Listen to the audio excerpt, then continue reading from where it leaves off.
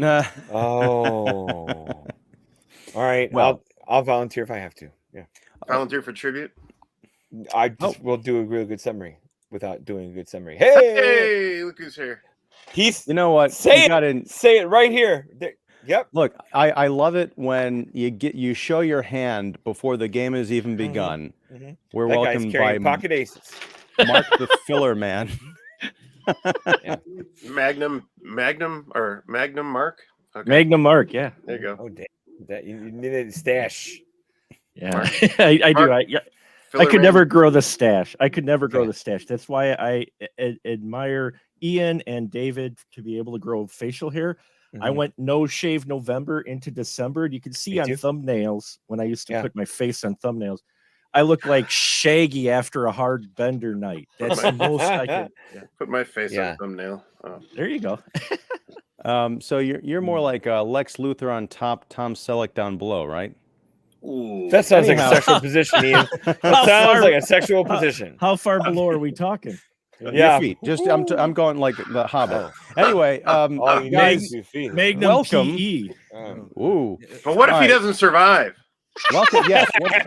What if we don't survive this episode? I do want to say this is our weekly live Mandalorian recap, and I feel like I don't mean You to be feel in like the what? minority opinion on all of these shows, guys, but I think it's going to be a good conversation. It's going to be a relatively short one because, as we've done in weeks past, we are doing back-to-back live streams tonight.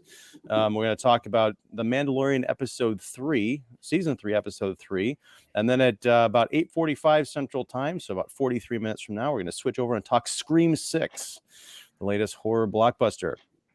Don, does that mean you're? Oh, that's right. You're I haven't dipping seen out. it. Yeah, I because haven't seen you're it, yeah. afraid. You're afraid of Ghostface. I just know I saw Scream 3 and I was done back He's then. afraid That of was seeing it fun. without Nev Campbell. That's plenty. I would love to see it with Nev Campbell. Yeah, thank you. Well, I think hear she's kinda the busy. Yeah. Melissa's pretty good though. The In the Heights girl is supposed to be in this one, right? Yeah, as in the last one. Anyway, Yeah. what if he doesn't survive? Yeah. Yes. Well, all right. So we are talking about allegedly The Mandalorian. I feel like they're doing the same thing here. They're doing it in reverse that they did with the Book of Boba Fett, where towards the end of season 1 of Book of Boba Fett, it secretly became a Mandalorian show for 2 episodes. We're 3 episodes into Mandalorian season 3. Try to keep up with this, folks. And it's secretly becoming. I've heard references to Andor, which based on the one episode I've seen of Andor. Not because I didn't like it, but just because of time. I can definitely pick up on that vibe. But I got to say, aside from the really awkward bookend framing of shoehorning completely right now unrelated story into a Mandalorian episode, and then kind of coming back to the Mandalorian at the very end, I thought it was great. Now, my opinion may be biased by a completely coincidental conversation I had at my day job the day before I watched this with a coworker who was explaining some of the deep Star Wars lore from the extended universe, which I understand doesn't officially matter now because Disney got rid of all that. Yeah. But it's not so much that they got rid of it, they cherry picked it for some of the new movies and shows. And so he was explaining some stuff to me that honestly, I was watching this thing with my mouth just like hanging wide open. Partially because of the coincidence of conversation and also because of the potential implications of that conversation in this show if they're not just coincidences. So what does all that mean? We'll explain it later. But right now I want to introduce my crew real quick. I'm Ian Simmons of Kicking the Seat. We have David Fowley of Keeping It Real. We have Don Shanahan of everything pretty much, but Cinephile His If It Podcast and 25YL. We got Jeff York of The Establishing Shot. We got Mark the Filler Man, also known as the Movie Man from Special Mark Productions and the Spoiler Room Podcast. Gang, welcome. Thank you for joining.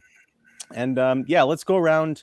Well, first of all, Mark, give us the synopsis because you came in after the bell, sir. No. Party penalty. What this is revenge because of my show. That's exactly what this is. Don't cover it up.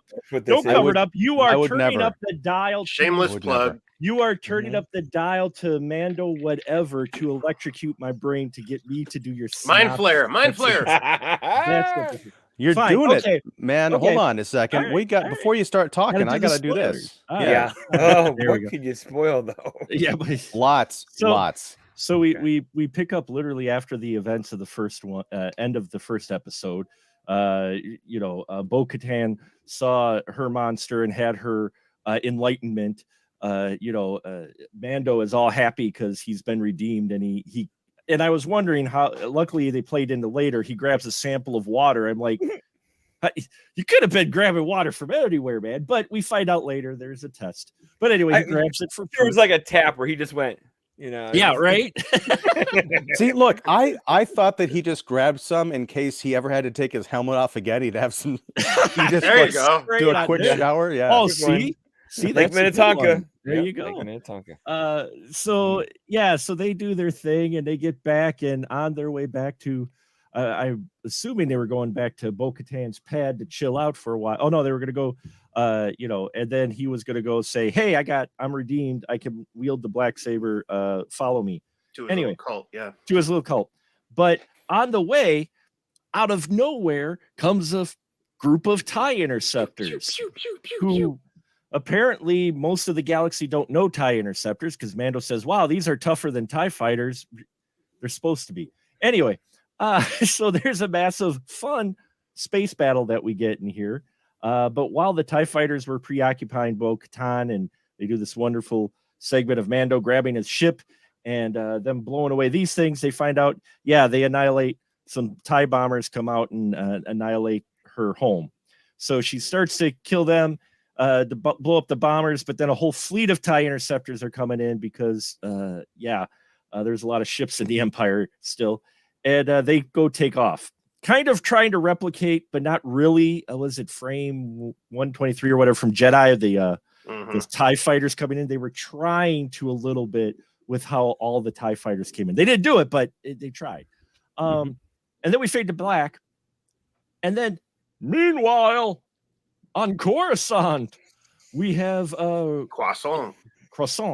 we have a set ripped off from the prequels to the Senate, to where we have Dr. Pershing saying, "Hey, I'm all good now. I'm not an Imperial anymore. They were bad. I'm good. I won't start splicing genes again. Thank you." And then we find out that the Republic's been doing this amnesty integration thing where they're taking the less violent and crazy Imperials and trying to integrate them into society. And they do this by putting them all together in a house. Don't give me. Anyway, I was waiting for an MTV logo in the corner, like, man, the testimonial room. Like, I don't know about this new guy, man. He just seems a little square. Biscuits, I'm waiting for all that. Yeah, in Imperial world. Oh, no. There it is. Copyright that. Where's the bell? Where Pershing runs across a few other Imperials, including a somewhat familiar communications officer who was also on Gideon's ship, part of his crew. And we follow most of this longer than normal episode of Mando, seeing the life of reformed, in quotes, Imperials. She kind of coaxes him into admitting he still wants to splice genes, but all for the Republic instead of the Empire. Science. Yeah, sure.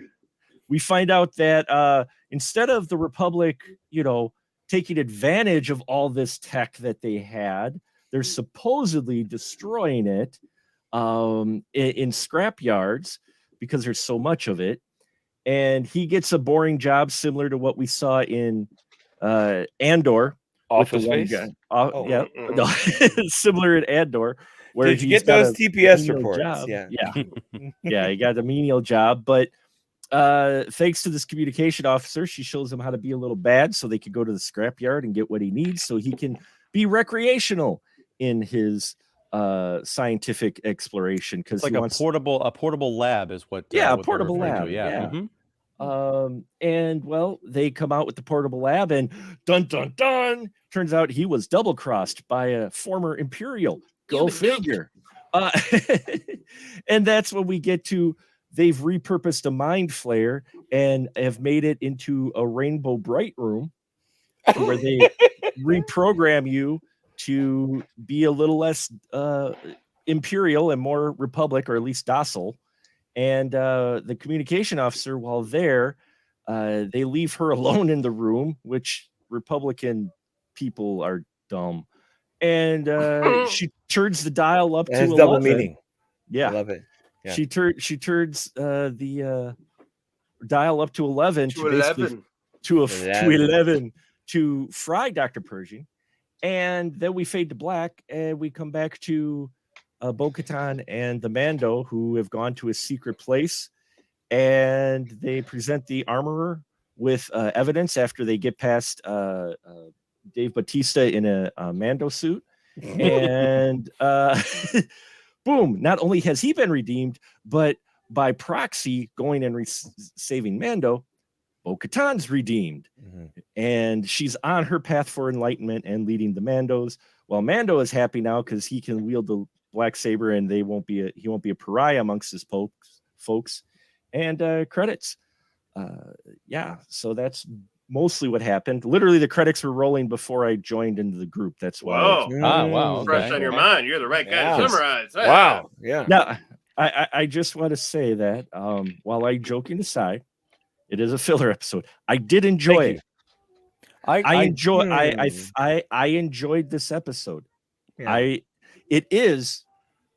I was hoping for more Mando, going back and maybe exploring more like his path to redemption now that he's got the water, that he finds out it's not just bathe. They go, no, that's just phase 1, dude. This is what you get for taking your mask off. But no, I enjoyed it. It just felt weird that they went this direction. And now, following Jeff's advice, I am letting the season play out to see how all of these things come together. If they do, the other 2 episodes in Book of Boba Fett that had absolutely nothing to do with the title character, the sole purpose was to get Grogu back to Mando and to introduce Ahsoka. Really was the only main purpose. So I'm wondering where this character, the communication officer, is going to fit into another series at some point. It could be Ahsoka. Who knows? Yeah, well, first of all, Jeff, hello. Hello, how are you? What did you think of? I'm doing great. What did you think of The Convert, which is the name of episode 3? I'm a little less harsh on it, as I know from watching you guys talk many times about this. I always consider myself a Star Wars fan, but not a Star Wars fanatic. I think there is a little bit of a difference. I was surprised by the fact that it is kind of this this sort of the difference is puberty. Yeah, well, there you go. Yeah. Maybe that's it. A sort of a different direction. However, knowing how a lot of these things go, and even I sort of compared it a little bit to the 3rd episode in The Last of Us, which seems kind of wildly different because the main characters didn't figure that much in there. But I think the lesson about connecting to people, and that's what your real future is, not necessarily trying to find a cure or defeat all the clickers and such, is maybe the point. And I think that sets up a sort of foreshadowing or sense of maybe Joel's decision in episode 8, interestingly enough, both played by Pedro Pascal and arguably fatherhood stories.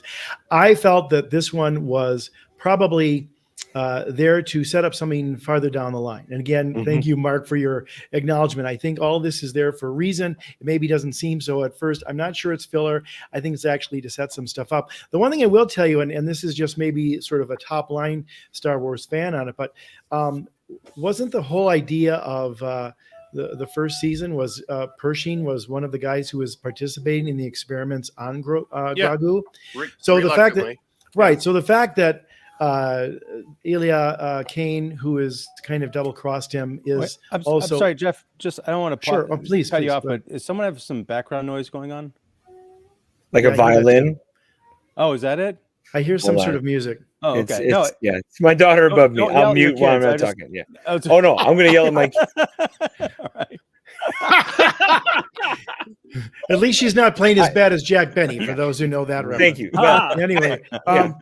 But getting back to sort of why I think this episode exists, I think it is setting up that perhaps Moff Gideon is not dead. because Elia Kane refers to him as not being sort of done in as sort of the rumor was, which I think is a key line in the dialogue when Pershing is talking to the other sort of converts, if you will. So my guess is that it will feed into the whole sort of parental taking care of Grogu kind of stuff, because of course Pershing and Elia Kane and Moff Gideon were all part of that, and it seemed to me to be setting up the return of Moff Gideon, but maybe that's not where it's going. But certainly the sort of disciples of him, I think, are being set up to maybe still be nefarious, still be out there, still be looking for this. And I think it's going to come back to the Mandalorian and Grogu. So that's how I sort of took it. Not necessarily as quite the filler or diversion as maybe it possibly could be, but I think it's the way these things are structured these days. I think that's a long game, if you will. And I think that's what it's leading to. Something with, and you know what it also does is, now that we've gotten the waters thing out of the way, and you're saying, well, where's the conflict? What's the problem here? It's that Grogu is still in trouble. That these people who want to do experiments on him are still out there and still doing things to keep the Moff Gideon sort of scheme alive. Yeah, very, very on point. And I want to pick up on some of that, but I also want to get Don and David's take on this. Of course. I'll jump in. No, Mark took the name tag out of my mouth where I was. This felt very filler. Now it's yes, I'm with Jeff where the long game is in play. And I'm patient for that. Normally, I'm pretty darn patient for that. I'm not as overconditioned to really get laxed by filler a little bit, but. This was a tricky one because there's really no easement into it.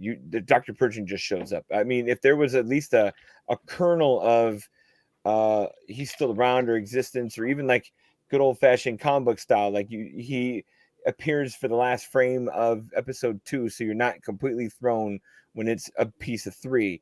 And I'm kind of also with Mark where this is Imperial world stuff where the picnic table and all the conversation, it's cute and all, but when it's your 3rd episode of the season, it's a strain to know where that's going, or to give a shit where it's going. But do you know where it's going? I don't. I have no clue where they're going. This was the first episode of The Mandalorian in 3 seasons where I needed one of those recap videos. I used a different one than what David sent us in the private chat because I didn't want just pile of Easter eggs. I needed more of a breakdown. Those episodes are good. I know you guys don't watch them, but they're very good. They're very good. But I needed one that was more breakdown first, Easter egg second, because I tried to watch it and I was just fading, lost. I was out of it. To be fair, there are less Easter eggs and more just breaking down what happened on the show. Well then I'll go to your proprovider from Screen Rant instead of whoever I watched. Stay on the brand with you. But I missed The Mandalorian. I was ready to keep beating the same drum as Jeff with or helping Jeff beat that drum of fire of fatherhood. But this was just a weird little this was an odd episode. I trusted Favreau. I trusted that it can go somewhere. It's going to do something. It's a little lame, and we have to blame the sequel trilogy with the fact that cloning is still the MacGuffin of things. It might as well be the Marvel multiverse at this point, where everything has to point to cloning. And I get why. The clone. Oh, I know. And I get why, because at some point this timeline will connect to Snoke and connect to Palpatine and all that. Somehow Palpatine returned. Oh my God, yeah. So I get that that's where they're going, but I mean, you don't have to put that here. I think here's the thing. It's got to start somewhere. I mean, and that's David, I'll get to you in a second, but I just want to say, yes, this is supposed to connect to the sequel trilogy. This episode, I think, was great. Because what I see from Favreau and the creative team is almost an acknowledgement that the sequel trilogy kind of sucks, at least in the way that it was concluded. So maybe they're trying to redeem themselves. This is their redemption arc and planting something that gives some of those answers. I mean, having Palpatine's return announced in a damn Fortnite cutscene or whatever the hell they did, and then just have him be back in the opening crawl, it doesn't work at all. I'm really digging. Yeah. I'm digging the intrigue here, but David, go ahead. Tell us, what do you think of the convert? I think the convert is twofold. It's not just the obvious Bo-Katan converting into her helmet cult, or his helmet cult. I was utterly dismayed that once she was indoctrinated, I mean by default, because she has no home now, but once she was indoctrinated, I was like, wait, we're never going to get to see Katie Sackhoff's face again? Yeah. Well, no, but here's the thing. She did not. They basically said, look, whether you care about this or not, you are now part of the Mandalorian order. You can stay with us or you can leave whenever you want. But as long as you've got your helmet on and you've bathed in the waters, you can decide to stay with us. We don't know what she's going to do. She's got a long game too. I think she's going to turn on everybody. Well, she's got a mythosaur in her pocket that no one knows about. So, but the other was that buzzing sound I kept hearing. Exactly. Sorry, but the other convert is Pershing, right? Because he's converting, from being a sort of bad doctor to now being, assimilated, let's say, to the New Republic. But I didn't mind the kind of sharp left turn to Coruscant. It was nice to revisit and see what Coruscant looked like and what was happening there, after Return of the Jedi and everything. I just didn't expect to be there that long. And I'm like, okay, I'm fine with a 52-minute episode, but don't, an episode, the next chapter, don't give me like 32 minutes, make up your mind. Don't be all herky-jerky with the time frame, because I don't know. I think that there's a certain, like kind of an expectation of like, okay, this is what, as far as a time frame, what we can expect. Because I didn't mind spending time in Coruscant. I was just, after a while, I was just like, we're here kind of longer than I expected. And I didn't expect to go like, the fade out and go switch back, because to be honest, there really wasn't much happening with Mando and Bo-Katan at this point, because the living waters thing has happened. Okay, now let's move on and see what's happening elsewhere. I don't mind that. That's what I want and hope for in a Star Wars series, is to expand. Let's not just. That's what I wanted out of the whole. Excuse me. The first season of Mandalorian was so great because each episode we were almost going to like different planets and locations. Remember that ice cavern planet with all the spiders? And that was fun. Anyway, to me, so far in season 3, this is the best episode, just because you do get some kind of change like this, and I enjoyed the runtime because it gives us more time to spend and see these characters live and breathe a little bit more.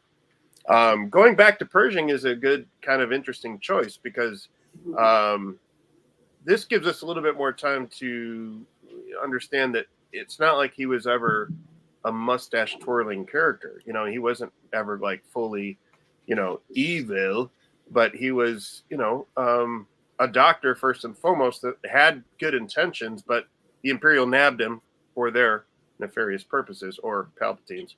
The old man Sheev, man, he's just such a. Anyway, but it's interesting because last episode we talked about kind of where is this season going, and I think arguably in the sort of narrative schematics of things, this was the episode with the inciting incident. The fact is that the bad guys aren't done. They are hiding in plain sight. They are deceptive, and some people may have been converted, and all they really regret is the lack of snacks that they learned to enjoy in that employ. Biscuits, right? Yes. And I think it also kind of jogs into the memory banks of the fans who will remember why Pershing and the experimentations were being done, and why the entire series got going with the protection of Grogu anyhow. So my guess is that in some respects, both themes that we talked about in the last 2 episodes are going to happen here. It's about the protection of Grogu in a parental kind of way by the Mandalorian, as well as, him sticking to his conversion and his betterment and growth and arc as a character, where some of these people, and maybe perhaps if they bring back Gideon, cannot change. They're incapable of changing their spots. And of course, if that happens, poor little Grogu is in danger again, because he was the whole reason for the experimentations that they want to do from the first season on. The one thing too that it does a little bit, and this is sort of a side thing, Ian, I don't want to steal any thunder from potentially this conversation, but this was the first episode in a while where I thought it was very much tying into sort of what you guys are mentioning, as a setup walking into the movies. And there's a lot of Star Wars lore here that you said, Don, you almost needed sort of a real good previously on, explanation to it, which may be a little bit of fanboy kind of, hey, we haven't forgotten this isn't really a total one-off, even though I would argue that the first 2 seasons could be enjoyed by people like me who aren't deep into lore, or maybe even people who don't know all that much about Luke and some of those people as much. I mean, they know a little bit about Luke because he showed up, of course, and took Grogu. But at the same time, this one, I think, is trying to continue the themes, set up the stakes and the danger to Grogu with the other people who are not really different, and also be a little bit of homage to and it's still all about Star Wars, lest we forget this is not really a total one-off character and or series.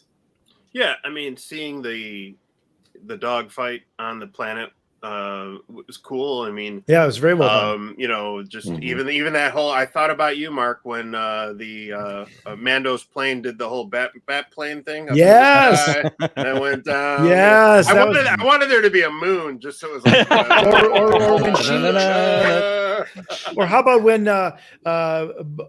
Boca's plane did the sort of, and then it kind of just did this. That was awesome. Yeah, that was awesome. That was really well done. That was very good. Okay. You got to hear your thoughts, Ian. I want to go back to this conversation I had at work. At work. A coworker. We had a lunch break and we were talking about Star Wars. And we were talking about the sequel trilogy, and he was telling me stuff. Now, granted, I may get some of this wrong because I'm remembering it from a couple of days ago, and I'm getting it secondhand from someone who read a lot of the extended universe stuff. So Anthony Crispino, Saturday Night Live. I got it. Yeah, got it. Okay. Bobby Moynihan will take care of it. I got it. Oh yeah, I love those segments. I miss him. All right, so essentially he was explaining to me what the First Order was from the sequel trilogy. And I thought the First Order was just the name for the new empire. That wasn't it. It was apparently Palpatine had 150 orders. The most famous one was Order 66, which was basically, wipe out the Jedi. But these orders were basically his roadmap to maintaining the consistency and the dominance of the Empire, the Galactic Empire, while he was alive and in the event of his death and or overthrow. The First Order, essentially, if I'm going to get this right, was if anything should happen to what he's built, whoever's left around needs to essentially infiltrate the new hierarchy, so essentially the New Republic, to help gradually bring about the rise of the new empire, aka that's why the First Order is called the First Order, because that was Palpatine's First Order. Like, no matter what happens, we're never going to stop. And so that's why I was watching this episode completely through that lens, where we've got Pershing and Elia Kane, played by Katie O'Brien, who I didn't even realize was the main revolutionary alien in the quantum realm. She was in Quantumania. That's right. Yeah, I was like, wow. Yeah, those nameless characters we all forgot about. And what's funny is, wasn't she totally ripped in that movie too? Yeah. Well, you can't see much under the Imperial onesies or whatever she's wearing, but that's season 2 of the Imperial World. Yeah. We'll get the hot tub and it's all. Yep. But I'm watching this and I'm paying attention to her, and also there is a music cue that, there's all these different references to the prequel trilogy, going into the Senate chambers and all that stuff, right? But at one point, and I can't remember exactly which scene it was, I want to say it was when Pershing and Kane were on the decommissioned Star Destroyer and they were getting the lab stuff. You can hear the kind of the low, ominous humming, that was playing when Palpatine was talking to Anakin during that opera scene in Revenge of the Sith, where he's like, there are some paths that or some arts that Jedis would consider immoral or whatever. So that clued me into unnatural, right? I thought that was a nice thematic touch to what they were going to try and do with that cloning material. And the fact that, Pershing got betrayed, I'm interested to see where it goes, because my wife and I watched this episode. She was like, okay, so she had the chief genetic scientist go into the Star Destroyer and steal the mobile lab, which makes sense because he knows exactly what to put in there. If you're going to clandestinely gather stuff into a portable lab, you got to, have the eye for it. But then she essentially betrays him and has his mind wiped. What is she going to do with all that material that she stole? My only guess is that there's someone, who can do that job that is in the organization that she's working for, who can do it better and who isn't perhaps as squishy in terms of like their commitment to the Empire or the First Order, whatever it's going to be. Did you guys catch it's a trap? I did. Yes, that was a bit of an eye roll. I chuckled at it, but I'm like, I fell for it. Do you think there's anything? Do you think there's anything in the fact that, other than her name Elia Kane, she was known as G68, which is just 2 numbers past 66? Is it possible that the 68th Order is that they're supposed to find a way to infiltrate from inside if they or pretend to be converts? I don't know if that's significant or not, but I was it's just also thinking about one number short of G69. I don't want to get into that either. Boy, but I was just I was just thinking about, like, Cain is her last name, and of course Cain, biblical terms, Cain betrayed Abel, kind of thing. No, that's true. Very good. Kate, and it's spelled Cain. No. Well, she's not a good she's not a good citizen. Did you guys catch the other musical cue? In March of the Resistance, when they were walking through the when they were walking through, they literally had a Calliope, basically the Star Wars equivalent of a Calliope version of from music from the prequels in there as well. I caught it in the background. I'm listening. I'm like, wait, that sounds familiar. I was actually focused. I don't think any of that has happened. I got a kick out of cinematographer Dean Cundy doing like a magic trick, in the whatever that play area. It was in like the Coruscant mall, the mall, looking at stuff. I love the ice cream. The glowing CGI. Those are awesome. Notice hers was red. Yes, that's right. And she also, when they were talking about the biscuits, Pershing liked the yellow ones. That's right. And she liked the red ones. That's right. The red is also the color of the Sith, and yellow is sort of indication of cowardice, right? Oh, come on, Star Wars wears everything on its sleeve. Come on. I want the glowing. I want the glowing novelties though. Those are cool. What do you guys think the significance is of that mountain thing in the middle of that kind of like plaza area?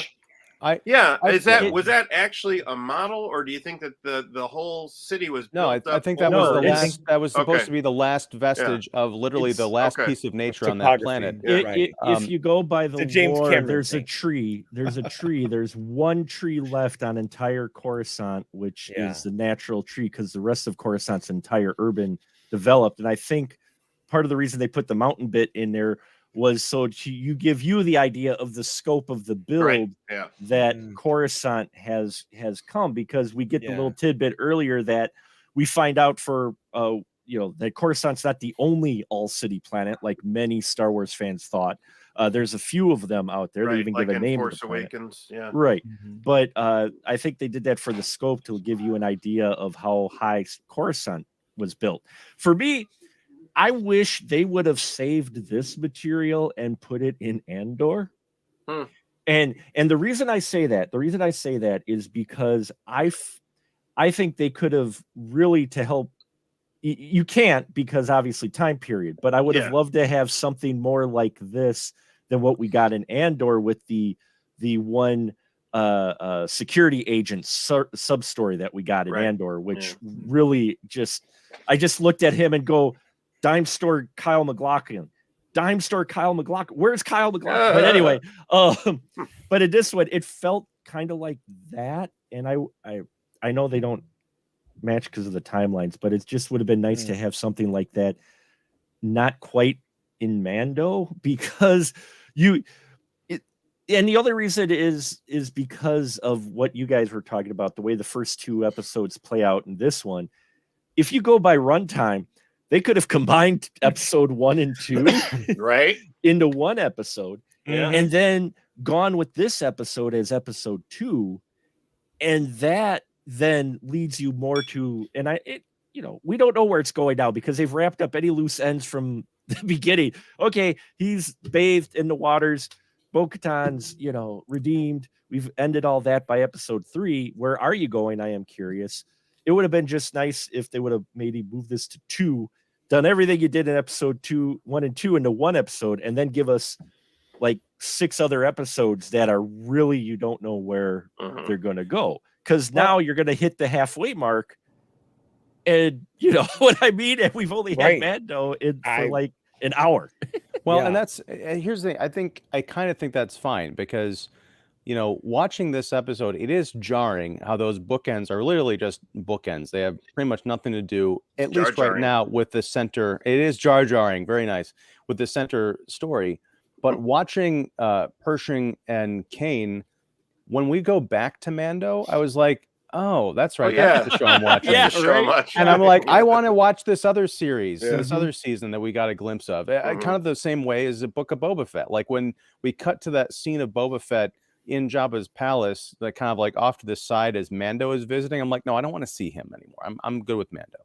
But the one thing I think that was really fascinating to me about Kane, with the real world Imperial world house. I mean, it's cute, but the thing about the other officers that they meet, we don't know exactly what the deal is, if they are all actually reformed, what their struggle is, if she's playing deep cover because she's afraid that, maybe she's decided that she can't try and recruit these other people the way that she can Pershing because they might sell her out to the New Republic. But what I loved was in the end, during the kind of the mind wipe sequence, the one guy leaves her alone in the control room, which is a big mistake. But as she's turning up that dial, I kept thinking about, and again, this is probably because I had Palpatine on my brain, when she's turning up that dial slowly and she's just kind of like watching him intently, I flashed back to Return of the Jedi when Palpatine is electrocuting Luke and you just see him keep going and going, and his teeth are gritting and his eyes are just going crazy. Like, it's just pure cruelty. And you can see exactly why the First Order was allowed to, that was the big question. Like, how did this, come back? It's because of people like this who are just, hateful and devious and will do whatever it takes. So I saw a lot of promise in this episode. Again, as we've talked about, and Jeff, we've kind of talked about here, this could all end up being nothing, or it could be part of a beautiful tapestry, but I'm excited to see where things go next week. Honestly, I'm going to be kind of bummed if we're just back to Mando and Grogu. Well, the thing is, we've been burned.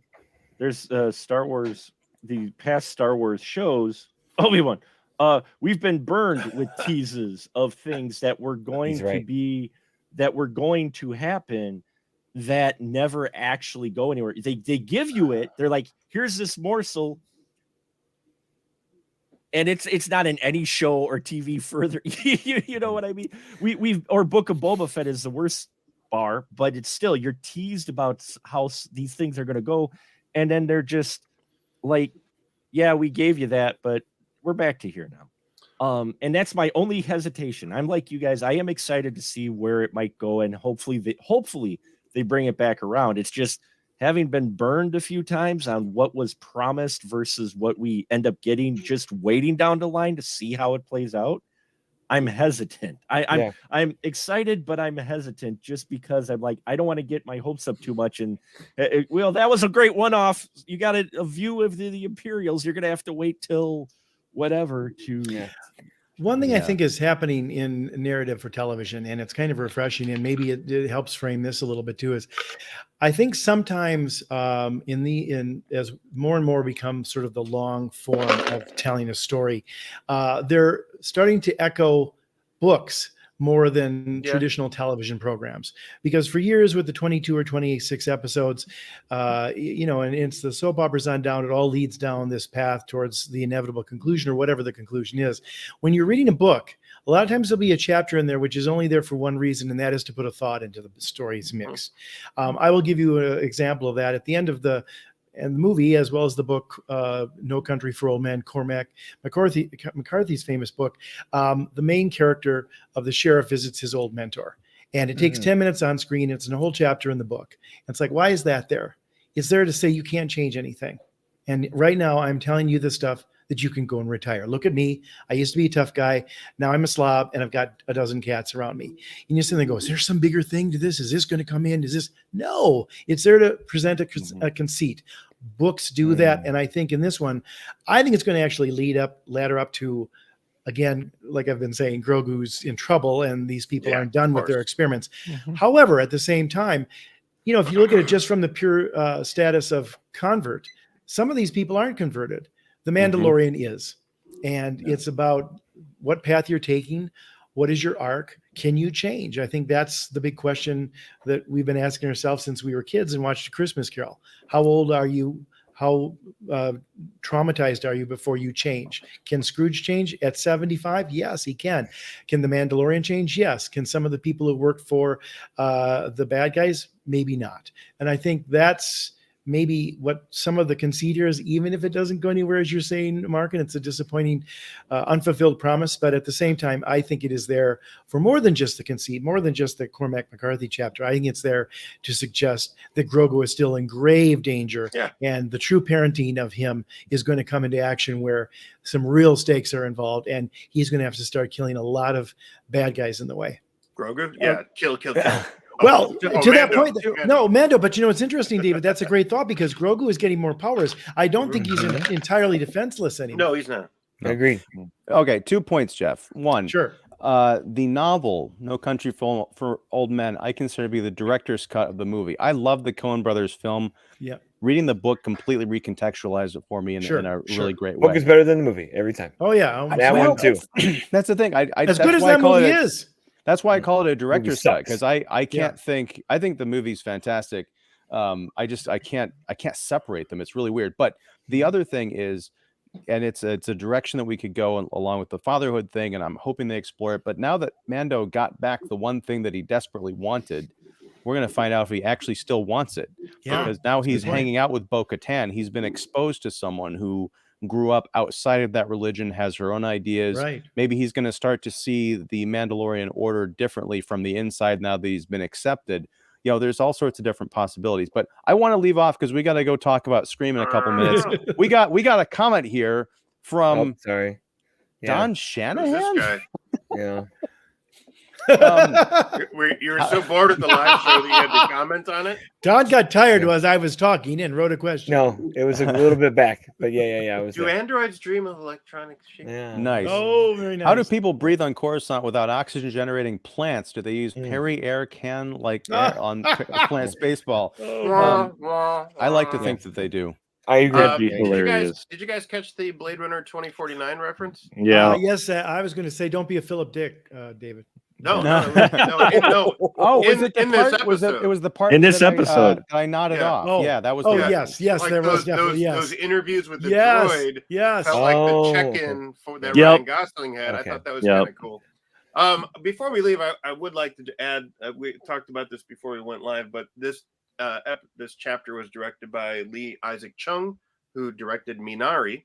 Very interesting, and his next work is the sequel to Twister. It's called Twisters. Yeah. Oh no. Yeah. Come on. And next week, I have to ask you, since Carl Weathers is directing the next episode, do you think would he actually direct an episode that he wouldn't star in? Do you think we'll go back to Grief Karga? Is he going to be in the next episode? But he could work Arnold into it, and then when he shows up as his old buddy, goes, "Dylan, you son of a bitch." We need more coconut oil next week. Speaking of Arnold, I thought there was almost a little nod to Total Recall too with that cab ride. No, that chatty cabbie. Yeah, when he turned his head all the way around. Yeah, and he's like kind of irritating him, and he's like, so much for these robot taxi drivers. My gosh, I have to say too, the way the actor plays Pershing, I really liked it because he felt like the whole time he had this sheepish, like physical disposition, but he felt like at any time, you know, the shoe was about to fall or whatever. Something was about to, the floor was about to fall under him or something, the carpet, whatever you want to call it. You thought he could be the one who was bad. And I thought that maybe he could have, it would have been an interesting twist. I don't know if it would have made any damn sense, but if after they got out of the Star Destroyer, if he had turned her into the authorities, he's like, yeah, thanks for getting me to where I needed to go. Yeah, that would have been great. Yeah. I never had a mom. All right, guys, we got to get out of here. Thanks everybody for watching. We'll do the outros or the intros. I don't know when we talk about Scream 6, but we'll be back here next week talking about, why did my voice crack? Mandalorian season 3, episode 4. Fanboy and fanatic. Puberty. That's why I'm no longer just in Star Wars. No, anyway, we'll be talking about the Carl Weathers directed episode of The Mandalorian. Apparently, we'll place bets on whether or not he actually shows up. I think it'd be great if he didn't. That'd be awesome. That would be cool. Not that I don't love Carl Weathers and Grief Karga, but I just think it'd be like almost a troll. Yeah. But anyway, thanks everybody for watching. Join us back here next week, same time, same channel, and yeah. Thanks, and may the force be with you and stuff. See you in a few minutes.